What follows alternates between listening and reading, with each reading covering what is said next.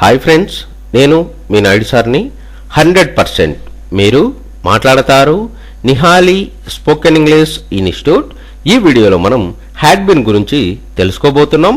ఈ వీడియో కనుక మీకు నచ్చినట్లయితే లైక్ చేయండి, షేర్ చేసుకోండి. షేర్ చేసుకోవడం వలన ఎంతోమంది ఇంగ్లీష్ రాని వారికి నిహాలి స్పోకెన్ ఇంగ్లీష్ని పరిచయం చేసిన వారు అవుతారు. మీరు కనుక మన నిహాలి స్పోకెన్ ఇంగ్లీష్ని మొదటిసారి చూస్తూ ఉన్నట్లయితే తప్పకుండా సబ్స్క్రైబ్ చేసుకోండి. హ్యాడ్ బీన్ అంటే ఉండేది అని అర్థం. గతంలో ఉన్నటువంటి రెండు విషయాలలో ముందున్న దానిని తెలియజేయడానికి మనం హ్యాడ్ బీన్ను ఉపయోగిస్తాము. హ్యాడ్ బీన్ను మనం మాట్లాడే మాటల సందర్భాలలో రాకముందు, పెళ్లికి ముందు, పాస్ కాకముందు ఇలా చెప్పే సందర్భాలలో మనం హ్యాడ్ బీన్ను ఉపయోగిస్తాము. ఎగ్జాంపుల్ తీసుకున్నట్లయితే, Pawan Kalyan had been an actor before he entered the politics. Pawan Kalyan రాజకీయాలలోకి రాకముందు నటుడిగా ఉండెను. I had been a lecturer before I got married. నేను పెళ్లికి ముందు లెక్చరర్గా ఉన్నాను.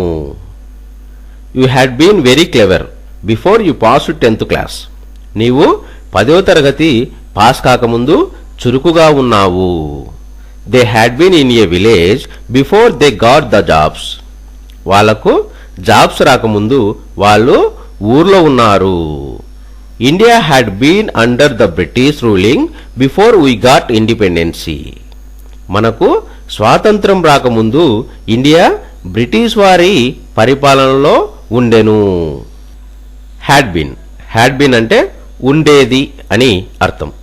గతంలో ఉన్నటువంటి రెండు విషయాలలో ముందున్న దానిని తెలియజేయడానికి మనం హ్యాడ్ బీన్ను ఉపయోగిస్తాము.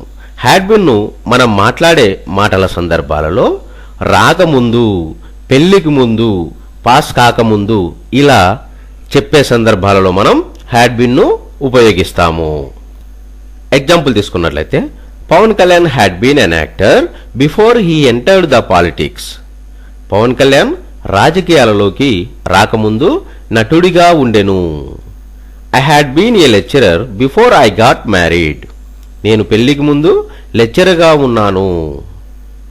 You had been very clever before you passed 10th class. నీవు 10వ తరగతి పాస్ కాకముందు చురుకుగా ఉన్నావు. They had been in a village before they got the jobs. వాళ్లకు జాబ్స్ రాకముందు వాళ్ళు ఊర్లో ఉన్నారు. India had been under the British ruling before we got independency. మనకు స్వాతంత్రం రాకముందు ఇండియా బ్రిటిష్ వారి పరిపాలనలో ఉండెను.